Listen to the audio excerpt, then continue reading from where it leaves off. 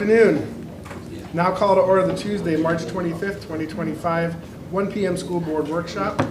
Please rise for a moment of silence, followed by the Pledge of Allegiance and the National Anthem.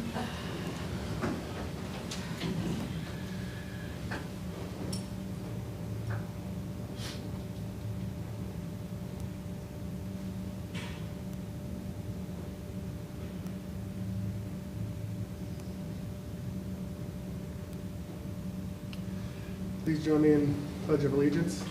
I pledge allegiance to the flag of the United States of America and to the republic for which it stands, one nation, under God, indivisible, with liberty and justice for all. Oh, say that you see by the dawn's early rise what so proudly we hailed at the twilight's last gleaming, whose bright stripes and bright stars through the perilous skies, o'er the ramparts we watched with the gallantly streaming, and the rockets' red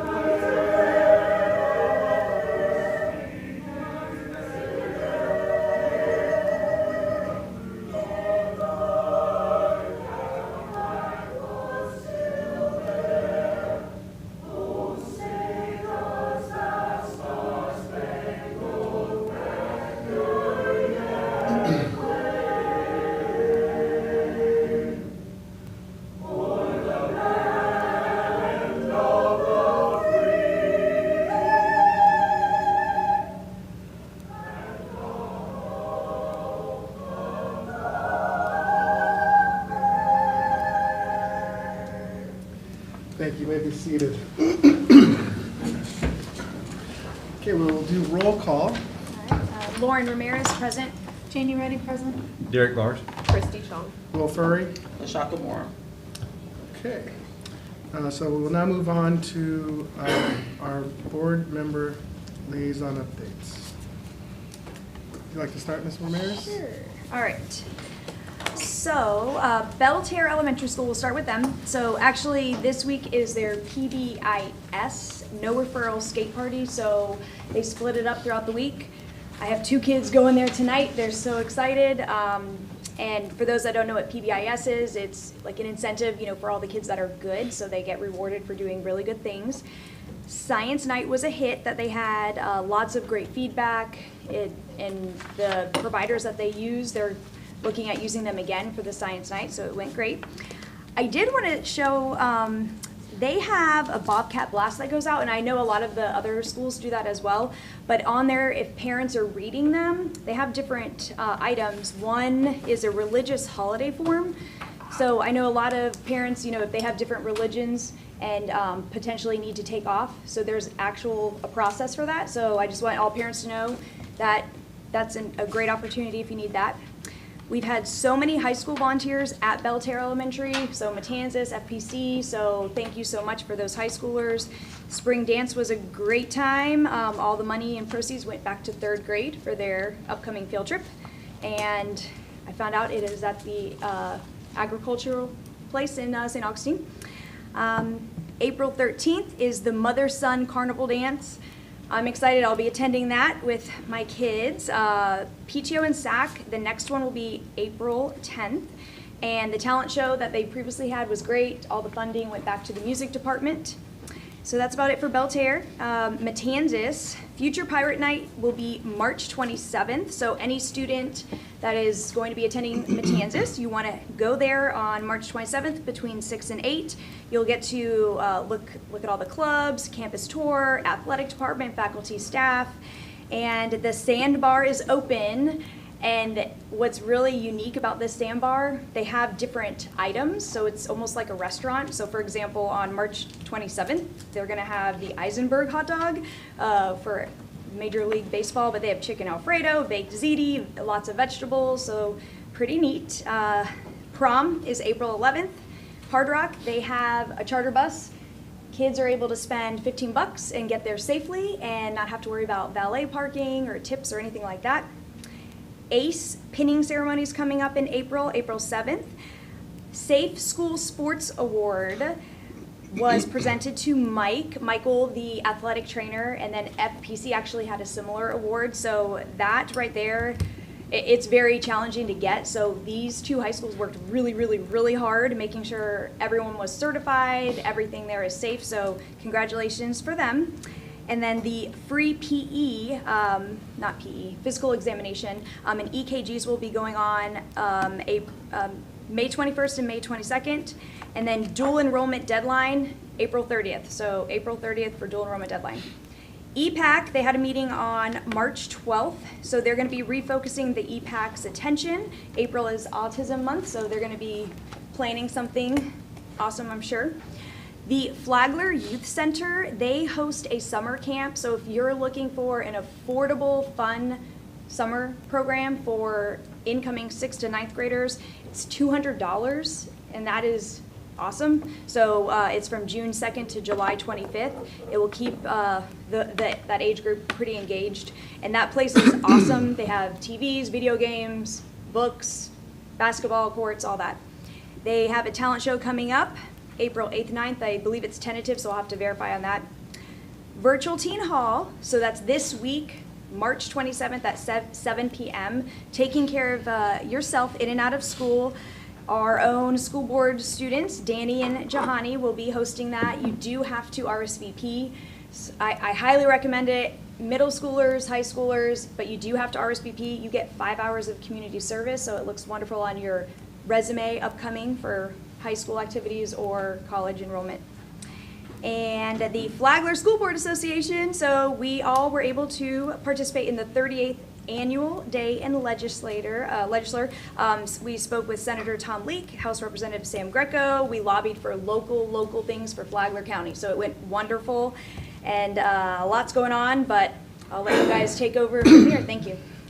Thanks, Lauren.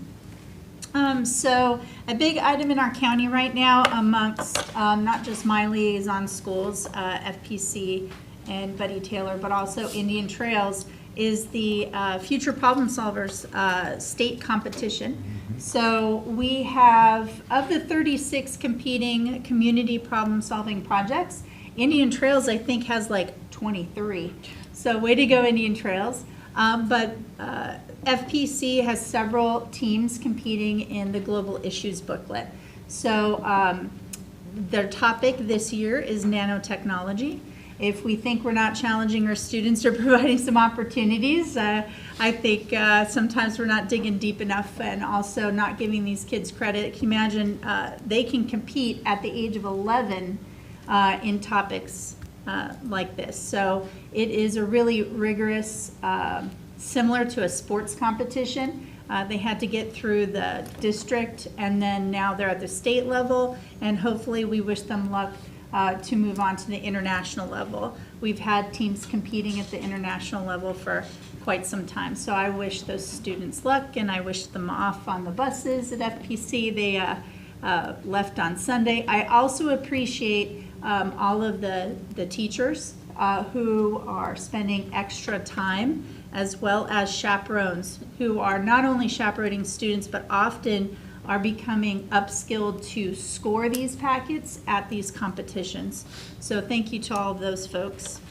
Buddy Taylor has a flag football sign up that is due on the 26th.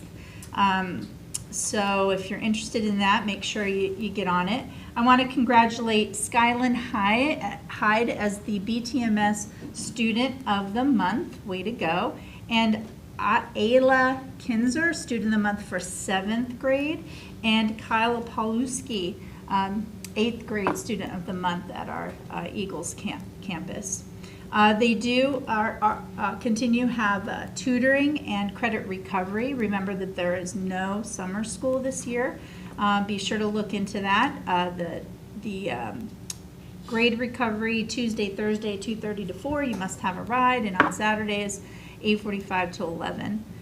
So make sure you take some advantage of that. Of course, with our varsity tutor partnership, that's also a big plus. April 16th, there is an incoming 6th grade student orientation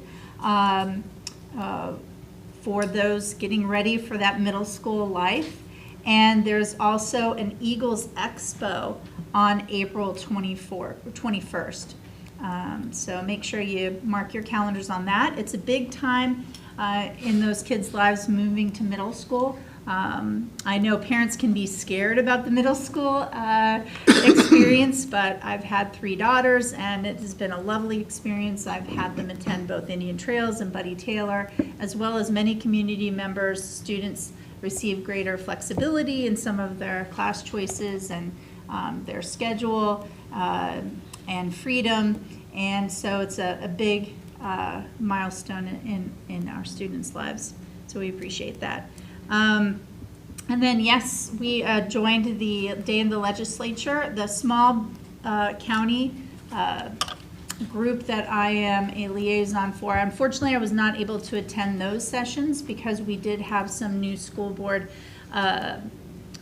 training to take part in, and that was very valuable, and I appreciate that time. And so the small school district committee is working on many of the similar legislative campaigns that we're very much aligned as Flagler Schools is connected in our legislative requests. And so we have a lot of people essentially advocating for similar things with our state representatives. That's all I've got. Thank you, ma'am. So I'll just piggyback off of what Ms. Ruddy was talking about last week with our time at the legislature. I really want to thank Senator Leek and Representative Greco for their time to sit down with our team as we talk about local issues that Ms. Ramirez mentioned. We are really focusing on the priorities that are going to be beneficial for Flagler schools and our students, and how we can help be able to move our priorities forward. With that being said, we also had some time to listen to Senate President and talk about some of the priorities for the Senate, and looking at other, hopefully, some alternative ways to fund educational priorities for Flagler and other school districts, and how we can continue to be the best choice for all of our students in Flagler County specifically. So we have a lot of work to do. You know, the budgetary process will begin pretty quickly. You know, and we only have 30 days left for the legislative session, so it's really going to start ramping up here in the next several weeks as we begin to see what the budget's going to look like, and what bills are going to be passed, ones that will not make it through committee, and so forth. So we will continue to monitor those that are going to be a part of our priorities for Flagler schools. I want to recognize one of our school resource deputies, Nick Champion. He was recognized this year as Explorer Advisor of the Year, and just want to thank him for the work that he does outside of being an SRO and mentoring students that are a part of the Explorer program. So I really want to thank Nick for the great job that he's done, and he's been an advisor since 2017, so it's a long time to be a part of those. He's seen a lot of progression and people coming in and out of that program, so I really want to thank Nick for what he's doing. So Sarge, when you see him, hopefully you'll let him know that we've recognized him. Rimfire Elementary School will be participating in the science fair. It's going to be coming up April 1st. That will be at Buddy Taylor Middle School cafeteria and Wadsworth cafeteria. So looking forward to that night of the science fair. CTST, unfortunately, the last 2 meetings that I've had for that have conflicted with us working on policy revisions. So, but Commissioner Dance has done a good job. I think matter of fact, I know that the agenda has been fairly light. So for the last couple of meetings, which is a good thing. A couple of meetings that are taking place this week to represent Flagler schools in our district, and meeting with East Flagler Mosquito Control. They have some educational programs that they want to talk to us about, so I'm looking forward to meeting with them. And then also Flagler Cares this week, and understanding a little bit more about what's going on at Flagler Cares. That's a little bit more outside of our liaison, but that's things we have going on this week within the community. Thank you. Great. Not much today. The school health advisory will be today at 3 o'clock. So hopefully I'll be able to catch that. And then Benell PTO had to reschedule for next month. Wadsworth has a few things coming up. I know you mentioned the 5th grade science fair, and also they will be having a spring block party this April. So more information will be coming about that. And yeah, just enjoyed our time in Tallahassee getting to advocate for Flagler schools. Hoping we get some flexibility on our start times, and hopefully we'll get some more dollars, much needed money that we need for our county. So, Absolutely. thanks. Great, thank you for that. So first off, Old Kings, they had a very quick meeting. It wasn't a lot to report there, but Principal Free just kind of went over their school improvement plan that they came to present here to the board. And Indian Trails, as Ms. Ruddy said, big deal that they're having their state competition for future problem solvers. Very proud to say my son is part of that competition, so proud dad right here. But I think we have over 192 participating school-wide, so that's a wonderful engagement. And we've got the Flagler Auditorium. They have a couple of shows coming up here. The Brothers Doobie, and they've got Uptown Motown. So a couple of great shows. That one's on April 4th, and the other one is on March 28th. The Chamber, they have appointed a new president of the Chamber, and his name is John Phillips. I'm looking forward to meeting him as his liaison for the school board. And also, the Ed Foundation does have the Joe Rizzo Memorial Golf Classic coming up on the 7th of April. So if you're interested in golf. The other thing that was really a delight was to attend the multicultural event at Matanzas.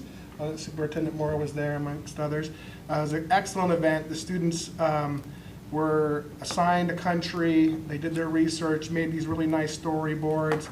They also presented foods from these different nations, and it was just a fun day and an educational day, and well put together. So that will conclude our liaison updates for today. Superintendent Moore, do we have any changes to the agenda? We do not. Okay. So then I would like a motion to approve the agenda as stated. Move approval. I have a motion by Ms. Chong Second. and a second by Mr. Bars. All in favor? Aye. Aye. Opposed? Hearing none, we will move forward with this agenda. So that now leads us to public comment. Do we have anybody signed up for public comment today? Yes, we do. Okay. It's Charlotte Morrow. Oh, Ms. Cheryl. That would be under the next one. Oh, you want to do it at the end? Well, it's new. So Well, is this on agenda items only?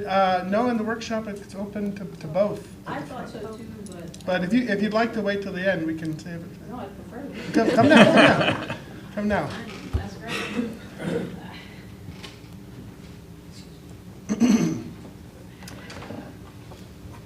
And just for the record, this is Cheryl Massaro, former school board member.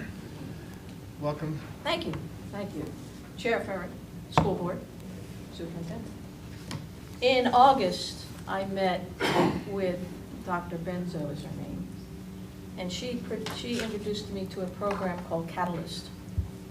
And what it is what Florida schools are all looking for, is a program that's going to help deficiencies in reading and raise reading scores. That's what it's all about. That's the basic program. It is already available in Volusia County. She has it at DeLand High School, Mainland High School, and Deltona High School. And this is just a little bit of the flyer that they have available. In November, I presented it to the cabinet for a decision if we could bring it here. She wants to bring it in here. And just recently, we finally got a decision that it's approved. But the only way this works is if Catalyst gets use of facilities. And that is the impact to the school district, besides that and custodial care. We've been negotiating different things between that. It started out where this program, which is for basically 5th through 9th graders, all right? I thought maybe it's something we could put into Carver. That's why we met originally at Carver. But the stairs are an obstacle for younger kids and actually could be a problem. So then I realized that wasn't going to work, and that's when we brought it to the district to see if we could do something. Basically what it is, it's a 6-week program. It is free to our lower scaled readers. There's no charge. They get 6 weeks of camp for 6 hours, 6.5 hours. They get lunch, they get their breakfast, they get a field trip every week, all right, and they get people that come in to speak to them. And it's based on not only reading, but gaining leadership skills. Because you get frustrated if you can't read, and that is a problem. That's where behavior comes in.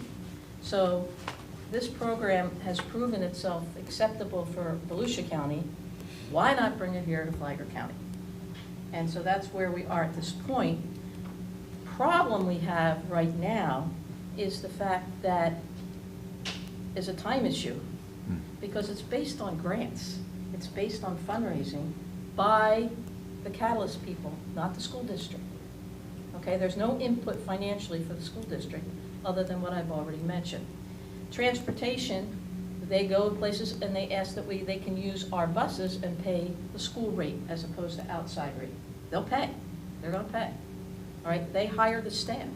The staff gets all cleared by us before they would start. All right, and we would need help basically with this program to identify the children that should be involved, obviously, because you want to hit that lower percentile. If you're going to raise the scores, books, and that's what they base their program on. So why I'm here today is not only to introduce the program to all of you. Ms. Ramirez and I have been working on this recently, so she understands it a little better, but most of you have never heard of it before, and that's what I wanted to do. But also, if there's any way we can expedite the possibility of getting a free use of the 5 classrooms that they're asking for at Belterre Elementary School, because that has to be approved for facilities use. If they don't get the 5 classroom use, it's not going to happen. As simple as that. So it's a board decision. Are you going to help, raise, let's see if it works. If it doesn't work, don't do it next year. That would be my recommendation. But I don't see any reason not to give it a shot to see if she can do what she says she can do with her program. Okay? Okay. That's it. Thank you for Can I sharing that. can I ask a follow-up, if you don't mind? What's you talked about the grant process. What's the timeline of this? She's ready. Advent Health is one of her biggest suppliers, so she's going right back to where she went before. Right. I'm sure. I don't raise the money. I don't know how she gets it. That is her piece. Dr. Benzo is very well respected throughout Volusia County, and I could see she's going to build a name here. And she's been in education and helping. Her doctorate is actually medical. She's an orthopedic surgeon, was retired. And she's just in it to help the kids, and she wants to target those special kids that need the literacy support, help raise our scores. Thank you very much. Okay? Right. Yeah, I got a couple more. Yeah, go ahead. We need to, we're in the public comment Oh, I'm session sorry. right now, Well, so that's, yeah. Thanks for the But- public but- comment. Okay. Yeah. Yeah, but, I do have that She has- on my closing comments Okay, fair enough. to have the request from the All right, board. thank you. Yes. Right, and Fair. and Superintendent has all the information, I believe. Yes, I do. Okay, all right, thank you She so spoke much. to both. bringing that to our Thank you. attention. Thank you. Sharon. Thank you, ma'am. Is there any more public comment? No, sir. Okay. So we will close public comment, and we will move then now to academic services, student code of conduct, and we have Mr. Doug Glasgow and Mr. Finelli. Or, yes, there he is. Good afternoon, Chairman Furry, School Board member, Superintendent Moore. We are here today to begin the process of seeking input and feedback into updating our codes of student conduct. So Mr. Glasgow is here today, who is going to present the timeline and all of the different ways in which we seek feedback. We want everybody that would like to have input into this process to be able to do so. So he's going to share with you all of the different opportunities that will be given for faculty, staff, students, parents, and school board members to provide input and feedback into our codes. Mr. Glasgow. Good afternoon, Board, Superintendent Moore. We did want to start off with an introduction, just kind of going over an overview. This is an annual procedure that we go through, but being that we have a few new board members, just want to take this opportunity to highlight the fact that we want to make sure that we're in compliance with current laws. So this process ensures that we're able to do that. It ensures the clarity and fairness, so it helps educate individuals on the procedures that help maintain clear, understandable language as required, and ensuring that students, parents, and staff fully comprehend their responsibilities, rights, and consequences of misconduct within our school system. And then the last piece is emerging issues in our schools. So it helps keep our code of conduct up to date with anything that is new, such as cyberbullying or vaping, and ensuring a safe and supportive learning environment. Regarding the timeline, today we're just here to inform the board of the timeline. The next step will be going to an informational workshop during April timeframe.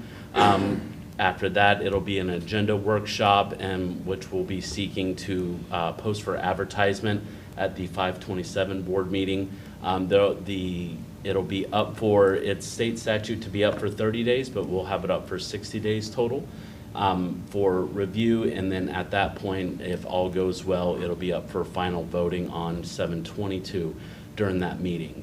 If we'll go to the next slide, please. Seeking input and feedback, we want to make sure that all of our stakeholders have an opportunity to give input in it, and that started at our leadership meeting with our principals on 3/6. We sent out communications afterwards to senior staff, and then from there, we're going to be meeting with different groups throughout that time frame. Each of the board members, I'll be reaching out to you individually and setting up a time to meet to collect your feedback on our code of conduct process, and then take that in. We'll combine it all together. We'll meet with the deans afterwards. The deans and I will kind of go through it and get it to a point where we can come back to the board and present any changes or updates that we see. You guys can give us that feedback on those. We'll go back and keep on revising things, and then after, I believe it's 3 times being in front of the board, we'll come back in the July timeframe and do the final vote on it. We are also going through the Neola update process, so this is new for this year, and so normally what we do is we'll show the old and then the new changes. This year with Neola, will also indicate if it's a Neola change, so not necessarily input from the community through our information collection process, but if it's specifically highlighted by Neola, that'll be annotated in a different way to show it. Does anyone have any questions or feedback?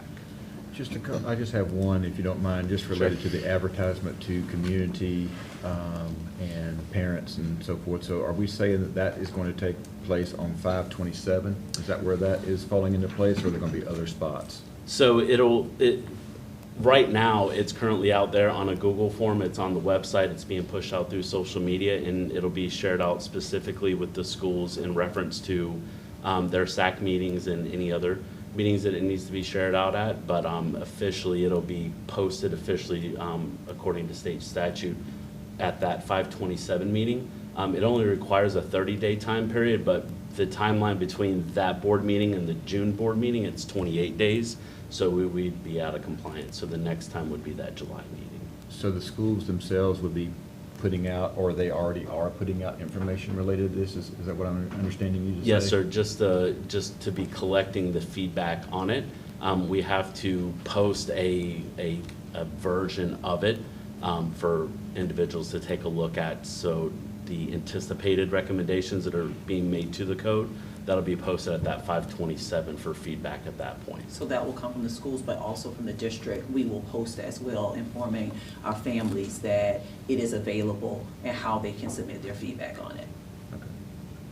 And Mr. Bars, like what a lot of the schools do, they have a mix of newsletters and emails, and then the district, so parents will see it like multiple ways, different times, Yes. and one of them they'll click on. So. Yeah, I just wanted to make sure of that, just for my own edification for that, just to ensure that it's being well in advance. I saw that one piece of the advertisement, just wanted to make sure. Yes, So, sir. Thank you. Absolutely. Is this the similar protocol that you followed in the past, and were you satisfied with the involvement from the community and the feedback that was provided? Do you feel it was sufficient? Oh, So I could speak to that, being the one that's done it over the past several years.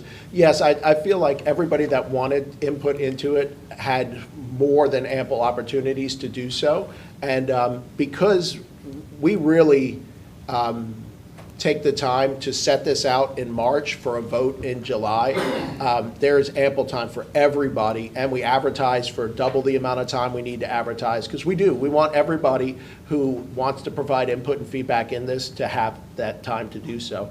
And we want to make sure that all board members have the opportunity and time to vet through all of the changes and ask any questions that you may have, because this is a very important document for Flagler schools. So yes, but we're always open to new and other recommendations. So if there's a way that we could be communicating that we're not, we're open to listening to that as well. Does this code of conduct also have an update to the matrix used to provide the disciplinary actions against a student? So great question. Should they break any of these? We always start with the code first, because we need to flush out what the offenses are that we're holding our students accountable to. Once that document is finalized, then we work based off of that document to look at our matrices and then align the consequences with the student code of conduct. So that does happen, but that usually happens in the fall after we vote on what the offenses are in the student code in July.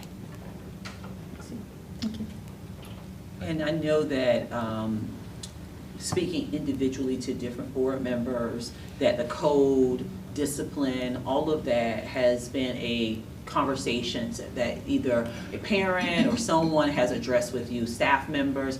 And so we do ask that as you go out and you get information and feedback as well, so that that feedback can be provided to our team, so we can have a code that really reflects what it is that is important here in Flagler. And then we can take that information, to your point, Ms. Ruddy, to make sure we have an aligned matrix, because that we know that matrix is another critical piece of what does the discipline look like once the student has violated any of these offenses. Thank you. Okay, any other questions? Okay, thank you. Thank you, guys. Okay, so we'll move on to 6.02, Strategic Plan Goal 4, and we have Mr. Walker and Mr. Reynolds coming to present. And Mr. Olet. Sorry, we're pinch hitting. Okay. Coming off the bench. Welcome. Sir. Good afternoon, Board Chair, Board, Superintendent. As part of the ongoing strategic plan goal spotlights, we will be speaking about Goal 4, our talent goal. I'll say that while HR is kind of the tip of the spear on this one, absolutely it takes every department and every member of leadership and professional staff, as well as teachers, to go ahead and make a successful organization as far as our talent goes. Goal 4 is to align recruitment and retention efforts so that new talent and existing staff are supported throughout the phases of employment life cycle. The employee life cycle includes attraction, recruitment, onboarding, development, retention, and offboarding. This goal is designed to attract and retain top talent to Flagler Schools in order to be the nation's premier learning organization. Utilizing a system of support for all employees will promote a culture that encourages growth and employment longevity. A long-term investment in our employees is an even longer-term investment in the future successes of our students.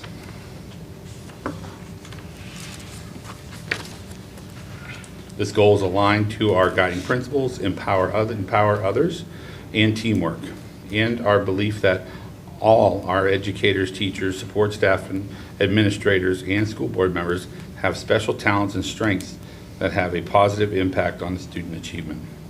By bringing a strategic focus on our recruitment and retention work, we will secure and maintain a consistent, high-quality team of educators, staff, and administrators. So This is where we were as far as in the crafting of the goal. Our outcome goal areas, recruitment and reduce the monthly vacancy rate in posting positions. Reduce the percentage of vacant instructional positions on day one of each semester from 5% in 23-24 to 4% or less by 25-26 school year. The data for the 25-24 school year, the 24-25 school year first semester actually is a 2.8% for our instructional, and at second semester, 1.6% for our instructional folks. As you can see, that is exceeding where we were planning to be at this point as far as goals achievement. That's not to say there's not work to do within the goal.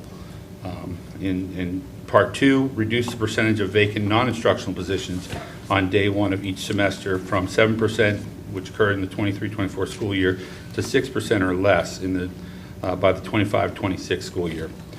For this 24-25, the data was semester one, we were at 4.4%, and semester two, we're at 1.7%. Now looking inside the numbers, like I said, there's always room for improvement, but generally, as the goals were developed at that time, we have met them. Most of our students are sitting in front of certified folks, but we acknowledge that we're not perfect and there's room for improvement because, you know, as we've spoken about anecdotally in the past, there are still current vacancies that occur in particularly the critical shortage areas. But even in those critical shortage areas, most of those folks have in front of them certified permanent subs. Josh, did I miss anything on this one? As we look at the priority strategies, priority strategy A1, build stronger recruitment systems. Examples of what we're currently working on for stronger, improving and always working on our recruitment systems. Mr. Toussaint was, Mr. Roberson was supposed to be here to present with us today, but he's actually down in Bethune-Cookman at their job fair. Job fairs, continuing with MOUs with the colleges as far as their internships. The upcoming instructional job fair down in Orlando, the Florida Teach-In, pre-summer operations as far as operational job fairs for our non-instructional folks, which another one will take place in the summer. Our current job fair is scheduled for April 25th. We've also, attend Mr. Roberson's scheduled to also head out to UNF for their job fair. We post out on Indeed.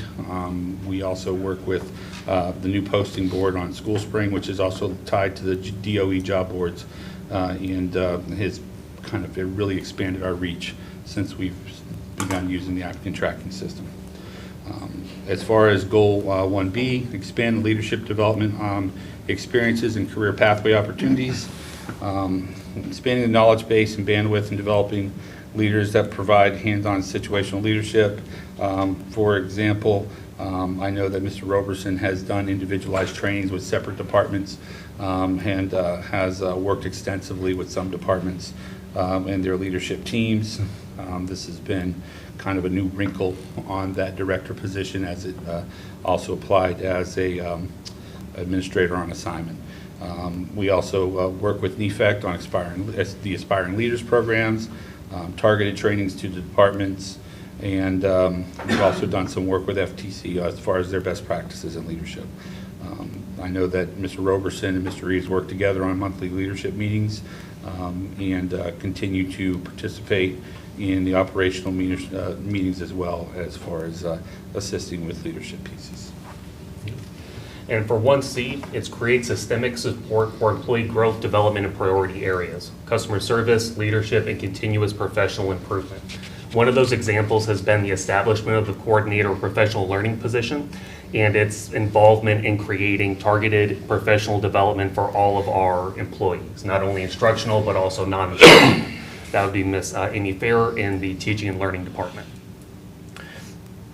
Additionally, every year, usually it's about the two days prior to teacher planning, we hold a new teacher orientation, which is really great. We hold it up here in the third floor of the GSB, and we invite all new teachers joining our district. If they've never been in Flagler or are returning after a long absence, they attend our new teacher orientation. It's usually about 2 days prior to the start of teachers reporting. It gives them an opportunity for an in-depth orientation where they hear from various department leaders. Superintendent Moore speaks, and it gives them an opportunity to be grouped in and kind of get a very nice welcome to Flagler. I know when we hosted this last year, one of the key pieces of feedback we received from folks coming from other counties is how much they appreciated being able to hear from our department leaders and especially our superintendent. You know, we have the ability with being in Flagler County in Northeast Florida, being a mid-sized district. You know, we're cushioning between Volusia and St. John's, which are very large. We happen to be able to be in that sweet spot where we can still provide individual service and care to our team at every level. So I believe that was something we were able to showcase with our new teacher orientation and partnering with our teaching and learning department to ensure that we are getting as much information out there to help with that transition for our folks joining our district for the first time. Number 1D is strengthen the culture of feedback and growth through ongoing coaching and evaluation.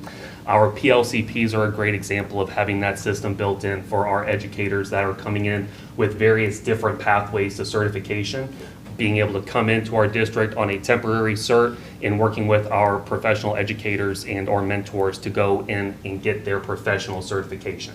Mr. Robertson is one of the people who is over that program and is able to help provide support at every level to make sure that teachers that may not have joined the profession originally with that career being in mind, but as things change over the years, they have chosen to pursue the pathway of education. So that is a really key part in making sure we get those teachers that are possibly career changers and keeping them for a long term so that they have the tools necessary to continue to be a pivotal educator in our district. And then lastly, for 1.E, build more effective systems and processes for talent management. Over the past year, we have enacted several new systems for our talent management. You heard Mr. Willett speak about School Spring. That is our new job board. We used to be just with Fast Track and Skyward, which you kind of had to know where to go to find a spot for Flagler schools. With School Spring, it is now tied into the DOE's job board, so when anyone's looking to join the education field for the state of Florida, they are tied into that job board, so our postings are posted statewide. It is a nationwide platform that allows folks to see a map of the country, and they can hone in on Florida. And we're biased to it because we are a coastal school district. It's very nice to be able to point an applicant at the map and look at, see all this blue in the area? That's how close our district is to the water. It makes it enticing. It's a very competitive market, so any advantages we can use to our benefit, the better. So School Spring allows us to kind of put our best face forward out there. For instance, right now we're using that job board to advertise our new instructional job fair taking place on April 25th. So when applicants are looking, they will also see the message of, hey, would you like to attend our job fair? Click this link to register. So we're trying to get as many people in the door as possible interested in our district and giving them the direction to apply for a position. We found that the more simple and effective way to get a job application submitted, the greater your chances are that someone's actually going to submit that job application. I think we've all been at a point where we've gone to apply for a job and they go, okay, they want me to put this in again, they want me to put this in, and you are less likely to actually submit that application. With this process, you're able to kind of create a profile that you are able to use in other districts or counties that utilize School Spring, and it'll save that information so when the next time something comes available, you're able to apply for it. In addition to that, we also are continuing our partnership with Daytona State College for teacher apprenticeship program. That allows those, for instance, that are paras that are interested in becoming full-time teachers and getting their bachelor's degree, the ability to work through with Daytona State and our partners there. Currently, we have about 3 or so in that program right now, and that's what they've kind of been averaging on a per semester basis. And additionally, we will probably talk about this again more so at the April information workshop, but with the upcoming Wellness Center for Marathon Health, that is going to allow our district to have a more efficient process for welcoming our folks in the door. Currently, for drug screens, we are sending them out to MediQuick, where they are going out there, outside of our reach, so to speak, waiting, getting drug screened, paying that cost. It's a barrier of employment for having the employee pay for the drug screen cost. Once the Marathon Wellness Center is up and running, we are going to be able to remove that barrier by removing the cost of the drug screen. It will give them the opportunity to visit the Wellness Center, see what is being offered on their first journey into Flagler schools, and do their drug screen there. It's also going to reduce the time it takes for that screening to come back. Right now, it takes about 3 to 6 business days to get the results back from Mediquick. With this new process with our Marathon Wellness Center, we will be able to get rapid results. So when those come back negative, we'll be able to make a more efficient process for onboarding, which means filling more consistent classroom coverage. The less time it takes to onboard, the less those vacancies have to remain open for subs and that classroom coverage. So. Okay. Questions? You're putting a lot of effort into attracting new applicants, and that's admirable, and you guys have done a lot to bring us to a competitive space there. I was wondering if you could tell me a little bit more about, in your strategies, the programs that are involved in retaining teachers. We know that data shows that teachers tend to be most effective really starting in year 3, ideally year 5. And we know that when we spend a lot on professional learning for them, it's tens of thousands of dollars that are lost when a teacher leaves. So what are those initiatives, and have you seen any of outcomes yet from those particular programs? One of the first initiatives that we put in place, I think we're into year 2.5, I think, as far as the PLCP, and this was a grant that was initiated by the state, and so it's a partnership with NEFEC, and this goes back to our alternative certification folks, and the data on the alternative certification folks is actually the folks at the time when it was a 5-year range in order to complete all your requirements to get certified, is we were down around 12% of our folks that were at the end of year 5 who had completed all their tasks in order to get fully certified. So with that in mind, and we are not alone. This is part of why the state sent the grant out, because the alternative cert folks were not self-pacing themselves to get through in that 5-year plan. So they extended it, one, in the state piece, and then the other piece is they put out that grant so that we now target our alternative cert folks to go through in a cohort with the support of NEFEX and the modules that'll take them to end in a fully certified teacher. And then we provide obviously the mentor teachers, and Mr. Roberson kind of tracks and monitors and supports these folks. My query was more around not in completing the preparation program, but in retaining completely certified teachers who are experienced in the classroom. And a lot of that has really been the work from the teaching and learning department to provide job-embedded support to our individuals who are in the classroom. We've done a lot of work with our professional learning communities, because those are some of the frustrations that individuals are saying when they go into the classroom. How much of this do they have to really do on their own?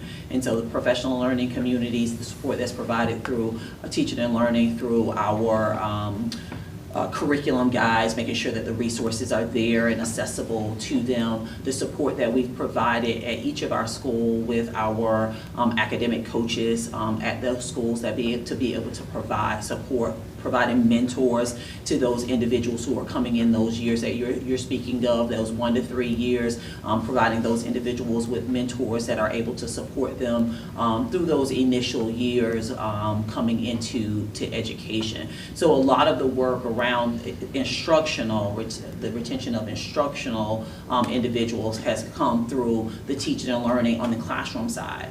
Some additional work is really around every year for the last 2 years, we've really taken our code of conduct and our matrix process differently, because that is another area that our instructional staff have had concerns about is how do I teach in a classroom with students who are being disruptive? And so making sure that we're taking that feedback, we're making adjustments to our code of conduct as well as our matrix to have appropriate consequences for individuals who are not following our said code of conduct. And so those have been really two of the major areas that individuals, when they are, if they are expressing frustration in their classrooms, that are not making the correct choice at that time. And with those investments, are we seeing a change or a turn, or what is our retention like compared to maybe our historicals or surrounding counties? Or and we do have that data. We can bring that. They have HR has brought that before. We can bring that information back on what our retention is looking like, and in which areas we are seeing how many years where we're seeing the greatest decrease in individuals leaving. We can definitely bring that. Something that really struck me when Ms. Halliday presented some of the strategic alignment and initiatives for our ESE students and meeting accommodations is that when you walk into a classroom, you should not be able to tell the difference between the para and the teacher. Does the current system allow for the pre-preparation or orientation items for those paras, as well as that you're already providing to the classroom teachers? I would say that we've had some resistance and some barriers in that area of getting our onboarding to where it needs to be for our paraprofessional. Is an area of concern for us. I ask that we table some of the conversation because I know some of this will be language that will surface through our bargaining around our paraprofessionals. For instance, looking at being able to bring those individuals in earlier than what their current start date is to be able to provide the professional learning that we're talking about. And that is something that many of our paras have expressed, is that they would love to be brought in at the beginning of the year when we're onboarding our teachers, not just our new teachers, but at the beginning of the year we do a full-on professional learning for our teachers, and our paras have not yet started. And so that is some things that we need to kind of work through in our bargaining sessions to get to a place that we can provide more professional development for those individuals over a sustained amount of time. We can do that when we're initially hiring them, but these are for our individuals who are with us. They want to be able to be provided that professional learning, and how do we do that and compensate them at the same time. Thank you for that. But that's a great question. Do you have also any insight into what can be particularly painful is when a teacher doesn't complete the full academic year? Very difficult to get somebody maybe to finish 2 or 3 months. And I know that you said that we have some long-term subs and we've been more successful this year. Do you have an idea of the frequency in which we lose teachers mid-year or close to that end of the year, when it becomes almost impossible to recruit another person to fill that spot and it's being filled by long-term subs? We can absolutely come back with that data as well, as far as a deeper insight. I mean, anecdotally, obviously, when you look at what we put forward on a monthly basis, we are losing, teachers throughout the school year. And I know that, speaking to state statute, there are, sanctions on the books that I would say no districts are currently, enforcing. And, kind of like when you say it's a buyer's market for folks in the housing industry, sometimes it's a teacher's market right now in a teacher shortage area. So, carrot and stick kind of concerns where if we, look towards sanctioning teachers, that would be something that could get around, and we don't want to step out ahead of other districts that wouldn't do that kind of thing, in my opinion, because that could put a damper on hiring. Sure. There are other states that do leverage that pretty heavily. it would just depend on what type of an impact do we currently have, and perhaps it can be more of a group effort among some of the counties if we needed to. And in Thank you. preparation for this meeting, the team did pull random selection of different days throughout the semester. So when we look at these numbers of 4.4 or 1 point, okay, that's great for day one of the semester, but what does it look like on day 24 or whatever? And so they did pull some random selection, and we are tracking around the same amount regardless of what day that is. Now, for those families that are sitting and they have that sub, we can do a better job of communicating to that family that though this is not your permanent teacher, this is a certified teacher in the class.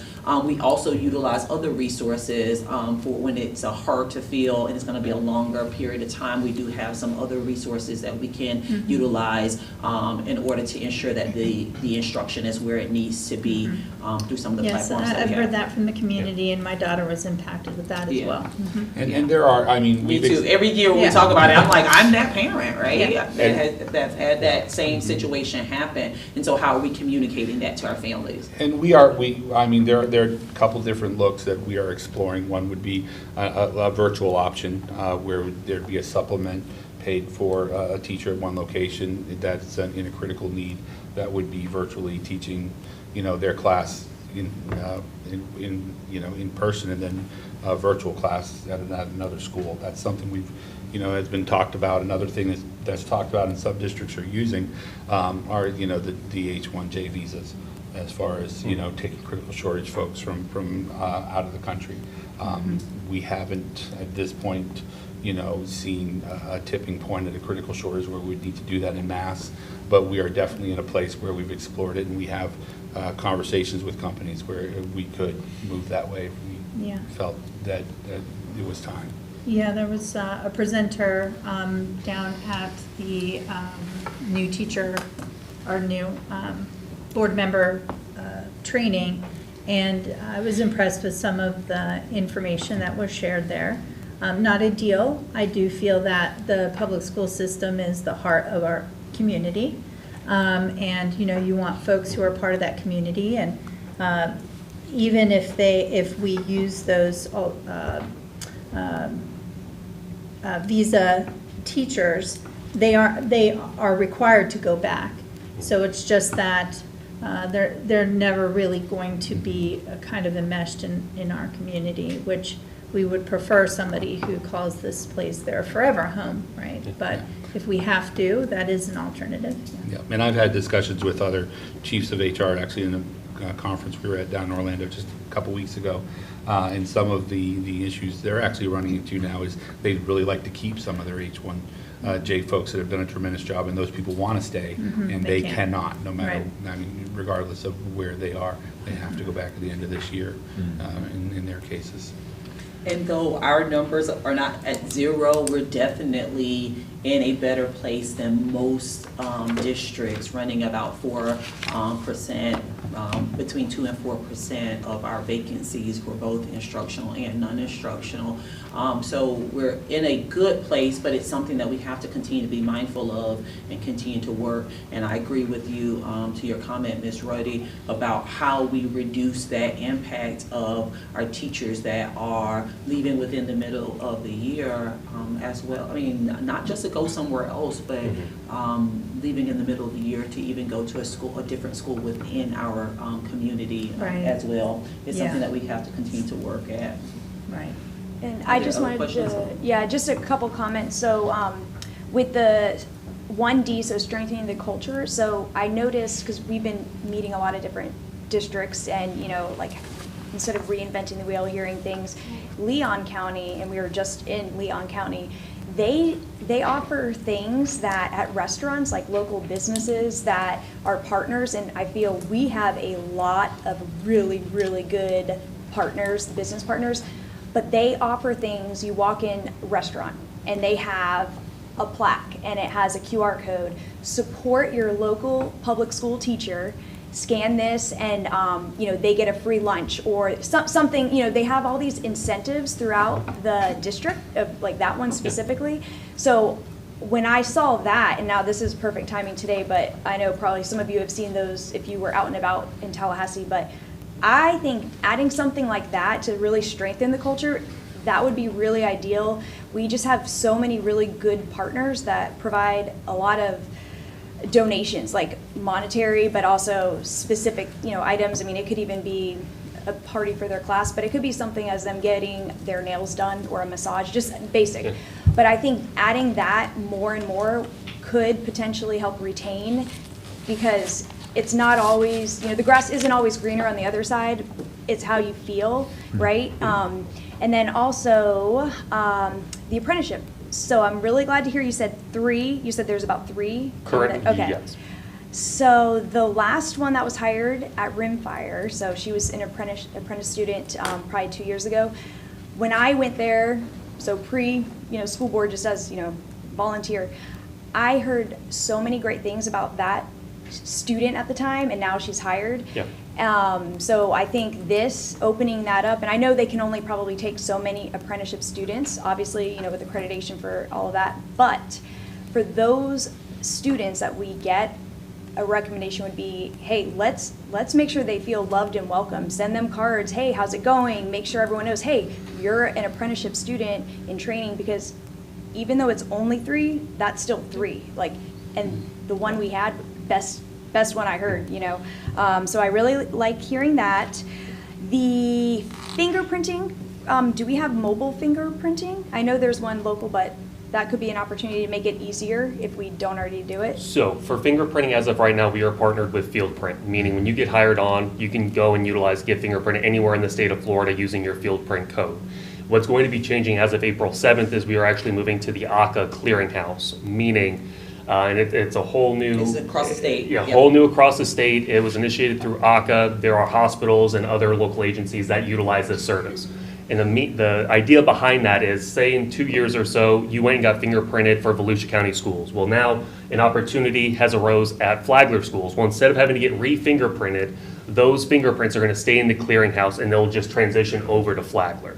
So that will be another barrier to pre-employment that hopefully over time should lessen based on the travel between districts and other agencies that utilize the ACA clearinghouse. Okay, no, that's good to know. And then you mentioned for the paraprofessionals, that's something you're looking into. So I know the VPK, they're able to get the professional learning, and I know at one time they weren't. And I have heard really great things about our VPK instructors, and I mean, I'm sure a lot of it has to do with that. So I think, we're definitely in the right direction. So thank you for that information. And yeah, I think really just focusing on the culture and making people feel welcomed and loved. And since we're talking about this, Ford, I don't know if anyone knows, we could start advertising this. Ford, they provide free oil changes for first responders, but they include teachers. I mean, that's now it could be $70, right? So that, maybe sending out emails about that, free oil change, and they'll also go to their home or maybe the school if they need an oil change. That's less stress on teachers. Maybe they don't do that in Volusia, but they do it in Flagler. So just advertising what we already have and then promoting those apprenticeship students, and then just build them up and they'll all stay here. But thank you. I love that. Those are phenomenal points. I mean, when we look at retention and we see what keeps people, folks being engaged with the school district and being engaged in the community, whether it's being a part of SAC or PTO or being a part or feeling included in things, is something that is really crucial and that we are going to continue to strive for. Mm-hmm. That sounds like a great opportunity for the Chamber of Commerce liaison, right? We hear time and time again where community members are always saying, oh yeah, support teachers, they don't get paid enough. This is a way for our community to step up and also help us retain the great talent we have. I just have a quick follow-up, just back to 1D, if you could, on the ongoing coaching and evaluation. This is universal for all positions and stuff. I think it's just important. And what I'm about to say is that I recognize that each one of those supervisors have so much on their plate and things that are going on, especially from the principal with things that they have, the assistant principals. I get that. And it kind of goes back a little bit to what Mr. Ramirez was saying, is that really getting that feedback in the classroom from the principal, from that leadership and being in that classroom, seeing what's happening is crucial. I hear that time and time again, not necessarily here, but in other places, that I don't get that type of feedback that I need. I may have an evaluation done, once or twice a year, or if someone comes in, but can that be a more regular basis to be able to get that feedback of what that teacher is doing, being able to help them to grow in that position, especially at that 5-year range where we may end up losing someone. So I know it's not all, that's a lot easier said than done because we have so many things that are going on and putting on our plates and so forth, but I think that is really, really key of being able to mentor and grow all staff, not just the classroom teacher. Whether it's the bus driver who needs that information about or needs that coaching or whatever that happens to look like. One of the things that, to your point, that a shift that we made last year is our new online evaluation process to help get the required ones into a systematic place. For me, I am one that I believe that a part of retaining individuals is also having strong systems so people know how to do their job. What is expected of me? How can I go in and do our job? And so that's one of the things we've really been working on is how do we increase efficiency within the work that we're doing? And so we did bring on that tool. One of the things for feedback that we're doing, and we did it last year, we've continued to do it this year on the instructional side. We have not moved over to the non-instructional side, but getting out and into classes and helping to provide feedback and coaching to our leaders who are in a position to give feedback and coaching to our teachers, and so doing that on a regular basis. And so we have done that through our instructional review process that Mr. Reynolds leads from Teaching and Learning, and that has been extremely powerful for us to be able to do. And so we go into our individual schools, but when we are at a school for a leadership meeting, then across the district we also get to walk and have and provide feedback, so that as our leaders are providing feedback to our instructional level individuals, we're making sure that they are staying current with best practices so that they can give them great feedback. Thank you. Appreciate that. Okay. All right. Thank you very much, gentlemen. Thank you very much. Thank you. Okay, we're now going to move to 8.01, Operational Services. We have an update on Matanzas High School addition. Mr. Bush, Mr. Coates. Good afternoon, Chair Furry, Superintendent Moore, Board. We are here to update you on the Matanzas addition, and I will turn it over to the project manager, Chuck Coates. Good afternoon, everybody. Thank you for giving us this time. If you go back to the original slide. All right, so there's a picture of the addition of Building 5, the 2-story. That is from the bus loop side. The CEP Building 23, the chiller is currently online. The commissioning process with Johnson Controls is going through right now. All the fine tuning and adjusting, but the building has full air conditioning and everything is working properly. Here's where it gets good. So Building 5 Media Center. We got our certificate of occupancy on Friday of last week. Currently the technology, network, cameras, TVs are all complete. Furniture is 90% complete. We're waiting on 8 or 10 additional bookshelves that were needed. On the bottom left, you see a what room is that? Oh, that's a typical classroom. On the bottom left, there's 4 classrooms that look just like that. All of them are set up the same. In the middle is the second floor media center. It's a student breakout room. It holds like 6 kids. On the bottom right is one of the large areas of the media center. I had a few different pictures, but not all the furniture is in place yet. All that's going on right now, so I didn't want to do that. On the top right, that is a STEM lab. It's got beautiful windows going out, all new furniture, nice epoxy floors, big TV on the right-hand side, and there's also another TV on the back side of that you can't see. Building 5 construction lab, this is the first floor. Mr. Douglas, the teacher of the year, is currently using this space. He is the only one in it at this point. We rushed him to get into that so that we could have Building 10. where he's at, which I'll touch on in a minute. So on the bottom left, you'll see his classroom. It has a window adjoining to the wood shop that you'll see 3 other additional pictures of his wood shop. And that's how it sits today. He is using that space.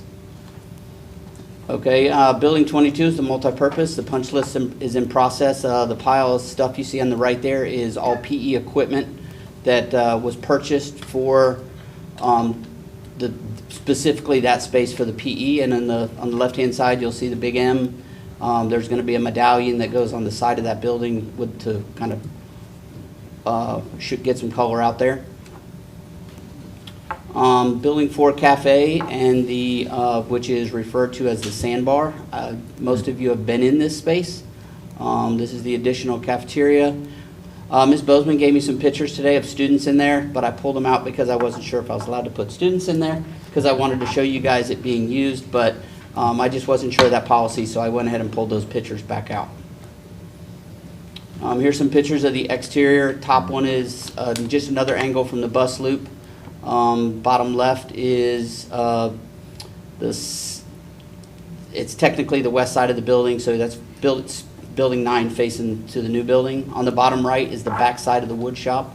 You'll see a chain link fence for like a third area for the teacher to have kids and work outside with his large garage door there. The highlights is the MHS construction class has moved into the new space. We've saved over $176,000 in owner direct purchase orders. Building 10 classrooms, there's 2 where Mr. Douglas was. He's cleared out of those spaces. We have some old stuff to get out that's going to go in a dumpster, and then we will begin working in those 2 classrooms next week. Final site work is finishing up. We have to stripe the parking lot and do some raking, some cleanup, and things like that. Any questions? You mentioned that there's an outdoor space there. Can you clarify the safety fencing to abide with the statutes on enclosed spaces for the school campuses? Is that?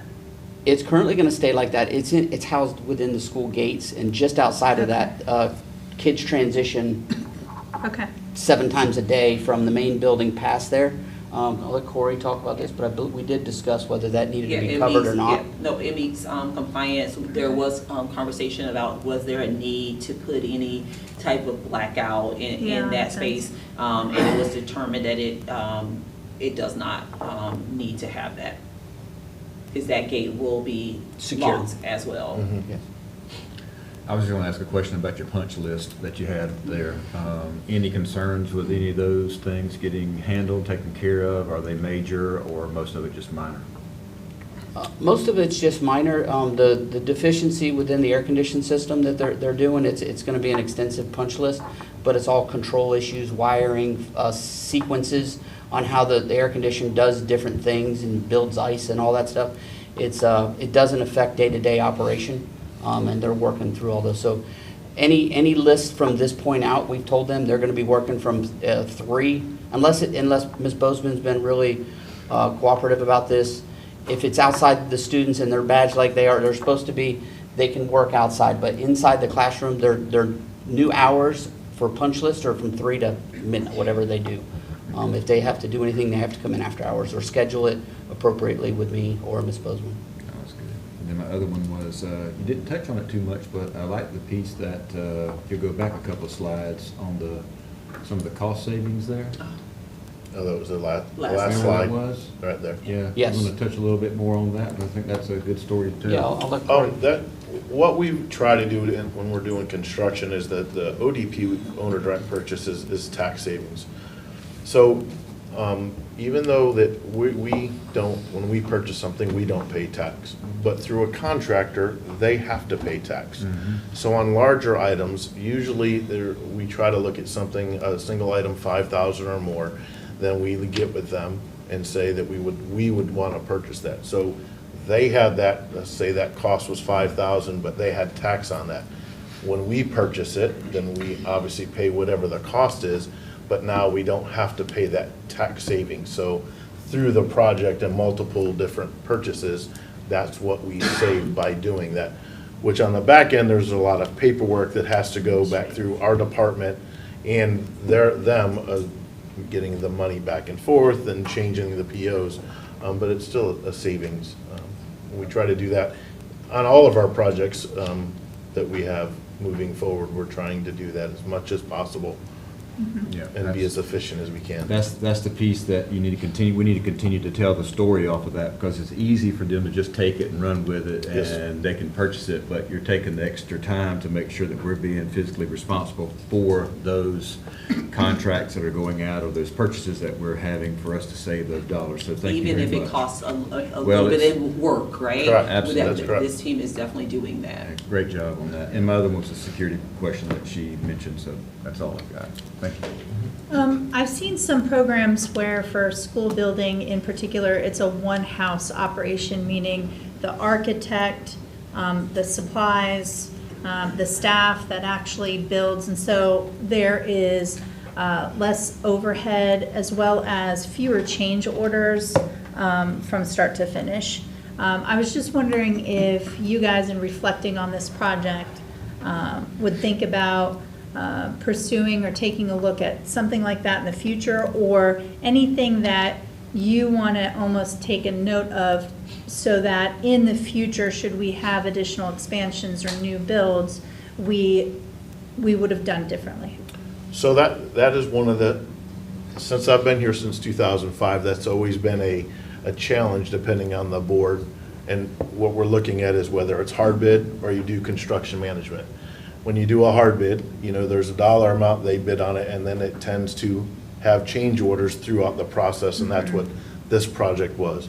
We are doing a lot of CM projects, which that's the construction management, where we have a GMP that's up front, and then you don't have the change orders, if you say, because it's already part of the project, if you will, because they Right. gave us a GMP.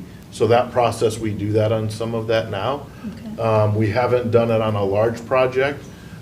I would love to entertain, that's one of the things on the smaller ones, that's why we're doing that, to see what that process looks like. And at FPC Building 12, we're doing that. The softball, we did that, the CM, so we're doing that on the smaller ones, just to check that process. I prefer it personally, because you're able to work with the architect and the contractor up front. And there's a back and forth about, does it cost more, does it cost less? It's hard until you get to the very end of the project to say, well, this has this many change orders. We wouldn't, the end of the cost is the cost. So, and there's always a pros and cons on both sides of that, but definitely that's what, we look at that often. So I think that would be interesting to kind of proactively do the research, so that we have some of that decision, or if which kind of model we want to move forward with in the future. I think what Corey's saying is we're not only just researching it, we're doing it right now. Okay. Yeah, On The smaller full scale on the smaller projects. ones. right, we haven't done To do a 20. comparison? Okay. It's hard to compare, because, if you go out hard bid, it's gonna be, unless you had two buildings going up at the same time that were the exact same way, you really can't, it is kind of a guess, And I to see think- how smooth it was and how many change orders, and, a lot of it goes to how good your drawings are. If your drawings are good, you don't have a lot of change orders. Right. On our project, our drawings are good, we're less than 5% in change orders, Yeah. and dollar-wise. Okay. We have a lot of change orders, but not many of them are big, Okay. And so. the market also has dictated a lot of hard bid going away, because when you have a hard bid, essentially where we're at, the lowest number wins. And depending on the company and what their needs are, if they come in and give a low number, then we're having to go with that unless we find a reason that not. But then through that whole process, it'll be a battle, because there will be they will scrutinize everything, because now they're trying to obviously. Save money. Correct, increase their profit while we're sitting, well, this is part of it. So with the CM, you eliminate that, because you're coming together at the beginning as a team, trying to build that and flush all of those out at the beginning. And work, I think you work better, in my opinion, Right. working with architects and the contractors rather And to than. utilize our internal team for other things outside of kind of like having to manage all of these change orders.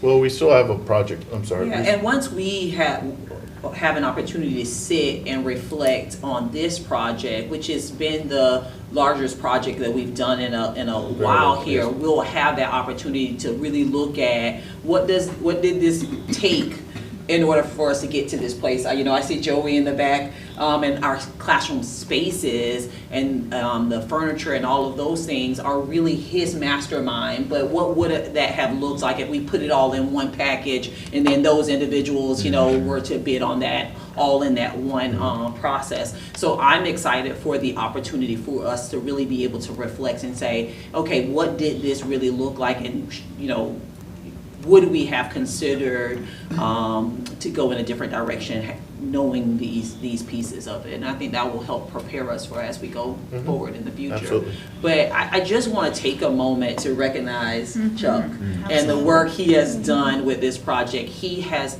really done a phenomenal job, and I know it's not just you, it's you and your team and all of that, but I appreciate you so much and the work that you've done with this, and Corey as well, to make sure if there's something that's coming for a change order, before we say yes to it, we're gonna make sure that it was not somebody else's issue that they should have been on. And so we appreciate them so very much, and we're excited because getting to the point of punch list means we get to begin planning a ribbon cutting for this building. And so for the general public that's listening, what is happening now, we have moved construction into this building because we need to free up that space, because that space is also being renovated, the space that they were once in. So we've moved into that space, and we will slowly begin to move into the building, but we will be having a ribbon cutting extremely soon.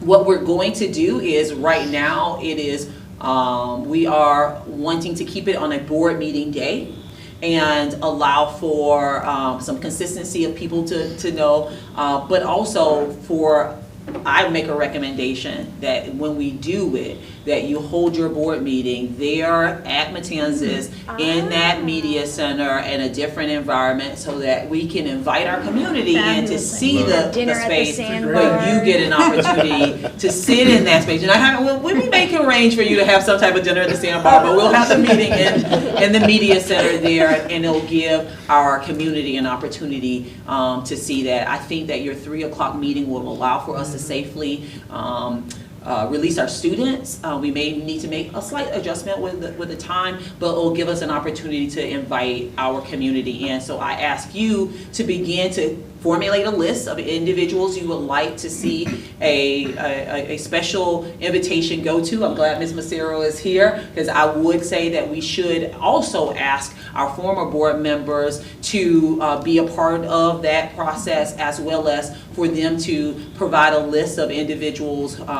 who should be included. Not to leave it just to us to make sure that we've remembered to invite everyone that should be invited to this. And so we are super excited, and we'll be sending out some information to you as a board, to our former board members as well, around a date and an invite list for individuals. We'll, of course, we'll open it up to the public, but we want to provide a special invitation to individuals to come and be a part of that ribbon cutting. Exciting times. I've enjoyed watching the journey of this, so you guys have done a really great job. So Thank you. It's nice. And before you leave, Chuck, will you tell a little bit about our construction students and their involvement in the process over this last year? So last year, I guess this project started in '23, the summer of '23. So the junior class, or the seniors at that class, we gave them a full set of blueprints when working with Mr. Douglas. They had a full set of blueprints, and as the building came out of the ground, he was walking them through the blueprints, showing them, you know, from a distance to say, hey, you see that footer, you see this, and then as every month we would walk them through. So we got them all hard hats and safety vests, and once a month that myself and the GC would walk them through the project. It was only their 6th period class, the ones that are in construction 4, they were part of it, and then so we've gone through 2 cycles, so it was the juniors and seniors now. We're dealing with the seniors now, and So they're actually in there, and I've talked to a few of them, and they said they like it, so. Fabulous idea, love it. And they did partake in putting together some of the benches and the.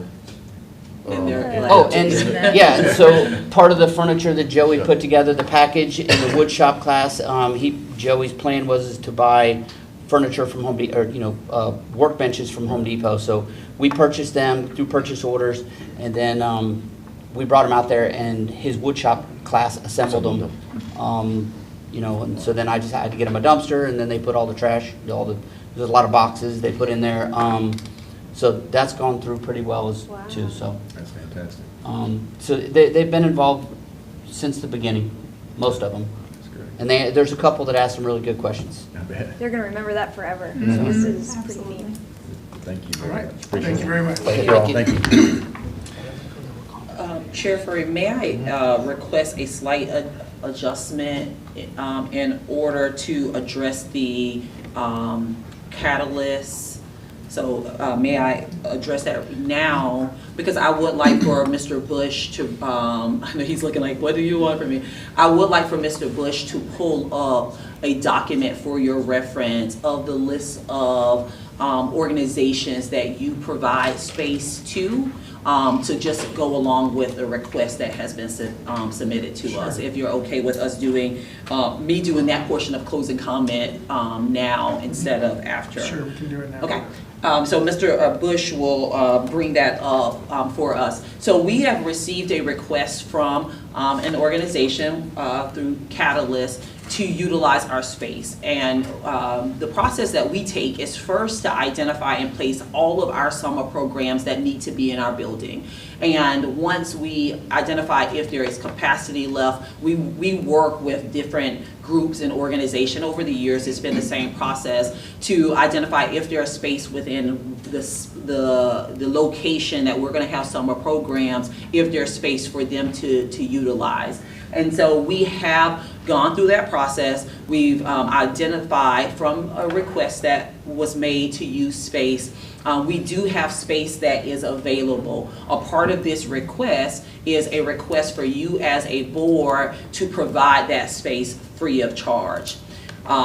We have public comment here today. Outside of that being a public comment, if that request is made to me, I would come before this board and say, we have a request from someone from the board, someone in the community to come before this board for a topic.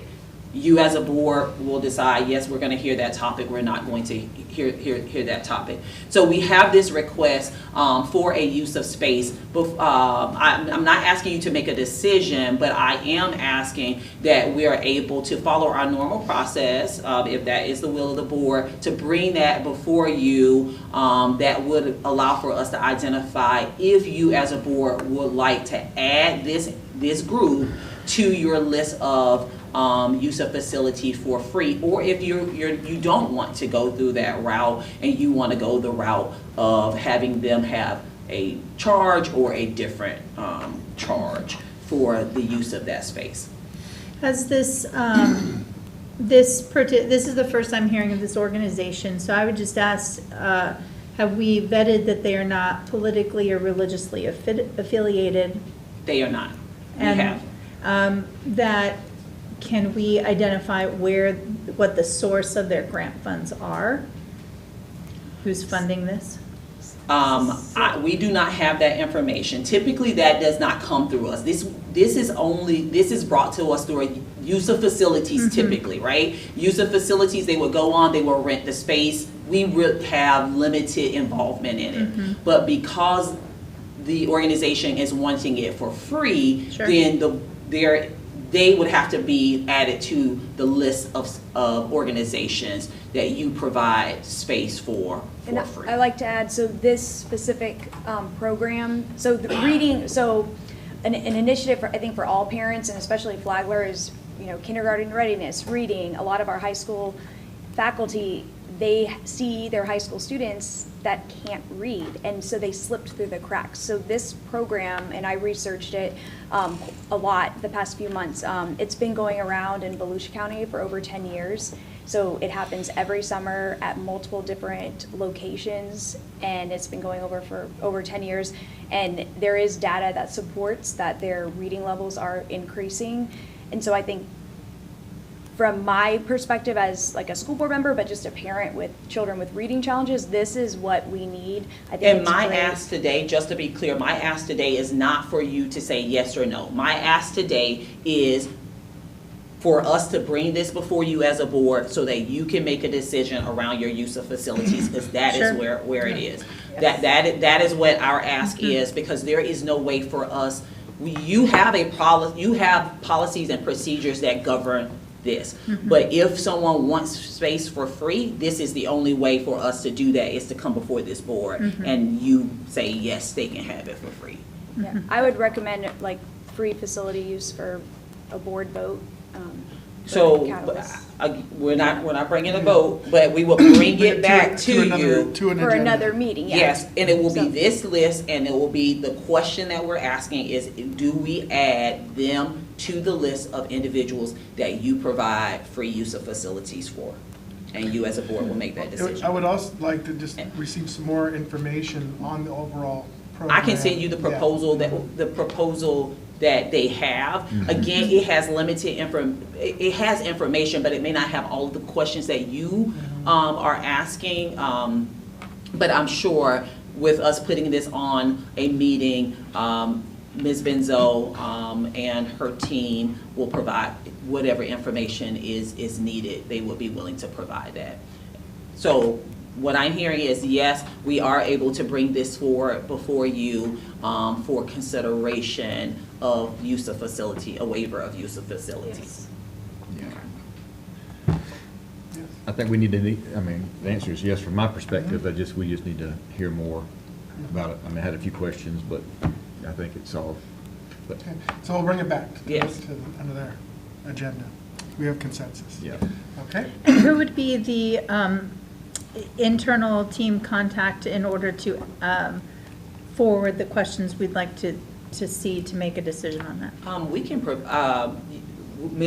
Dr. O'Brien is going to be the person that you can reach out to, but we will make sure that we provide you with the contact information for Ms. Macero and for Ms. Benzo if you have a question directly for them. Okay. Again, I believe that, you know, we have to follow our procedures and make sure that we have established ways of work so that we can have some consistency in what we do in this organization. Yep. Okay. Thank you. All right. So we will now move on to public comment. Do we have anybody signed up for public comment? No one for public comment. Okay. Well, then we'll close public comment. Move to board member requests. Are there any requests today? I just wanted to make sure that my transportation updates are part of the request. Yes, so what we have right now for board member requests, we're working through the board, the master board training. I know there was some conflicts with dates, school choice capacity. Dr. O'Brien sent out an email today with information stating right now we are not in a position to need to use lottery. Guardian is on there. That is going to be addressed during safety executive session. The gifted screener is on there. More opportunities for principals to share was an area that you want us to continue to focus on. I think we've resolved or working to resolve the AMP question about the website as well as their points of contact. Transportation campaign that is on and likely will be on Like the for the bus next out one. there. Yes. So we also have the public school communication campaign. You as board members said that you want to kind of talk a little bit about that. You were going to share with us some information that was shared from FSBA, I think it was, Yes. around public school That was, ready-made communication. It was a marketing packet already Marketing sent to packet, the yeah. You already sent it to communications Don team. Foley, Yeah. perfect.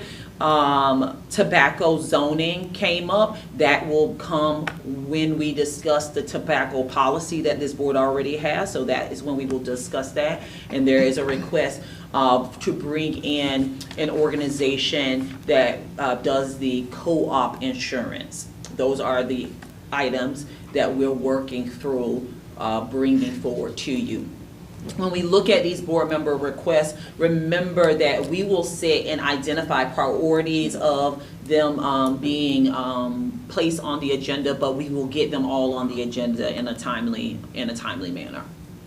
So when you mail out the email, you'll still have everything on there, but depending on priority will be what will be on the agenda for future workshops. Yes. So when I think about, like some of it, like the school choice, like we've really addressed that. We can bring that back in a coming months if we want to talk about the lottery system still. I think my intention of bringing that up is that I wanted to increase the communication around that, as well as